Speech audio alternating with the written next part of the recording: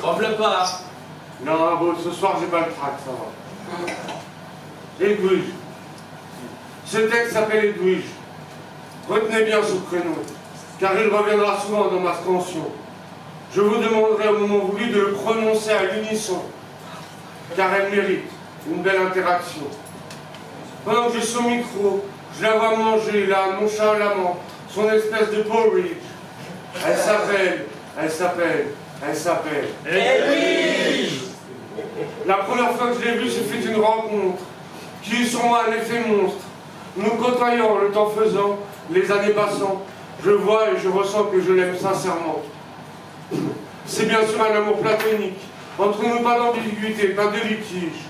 Elle s'appelle Edwige. On se lance tous deux sur la scène slam, dévoilant nos affects, dévoilant nos âmes. Et une soirée, plus que quelques bières après le tournoi, a commencé le « Il était une fois ». C'est elle qui m'a dit comme ça, des mots qui me laissèrent pantois. « Créez, donne-moi un poème, je te donne tout de suite le thème. » La suite fut de la litige, avec cette femme qui s'appelle Edwige. Le sujet est donné. Écris sur ma personne, et en retour, je te promets, sur toi je griffonne. C'est une idée, un challenge qui m'a plu d'emblée. Nos deux yeux, un miroir à deux côtés. Sa vision, ma vision. Son reflet, mon reflet. Plus ou moins déformé, plus ou moins vrai. C'est un bel échange de ressentis, de points de vue, de nos deux êtres mis à nu.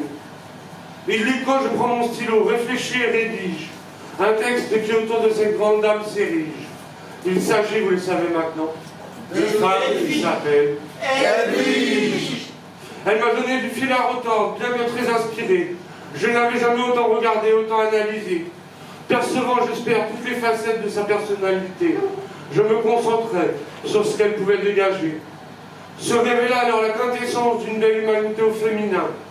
Tu entres en contact avec elle, tu es quelqu'un de bien, tu fais partie des siens. Bien sûr, elle est belle côté charnel. Bien sûr, elle est belle côté spirituel. Attention, je le prends au sentiment, mais il ne faut pas que je me néglige. Si je fais une erreur de vision, laissant aller mes sensations, tout de suite je me corrige. Car elle me regarde, et de ses yeux elle me fustige. Pour moi, pas d'échappatoire, le temps se fige. Elle s'appelle Edwige.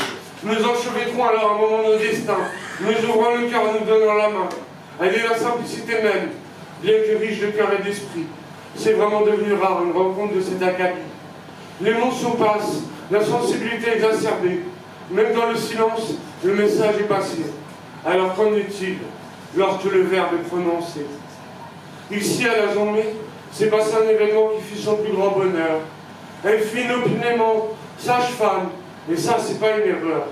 Elle prit très délicatement entre ses mains un nouveau-né, assistant à la première seconde où il a pleuré. Elle en a écrit un poème, tant c'était pour elle un prodige. Un poème, un cri du cœur, que dis-je. Maintenant, après ce miracle ordinaire, plus rien ne l'afflige. Elle s'appelle Edwige. Tu piges? Voilà.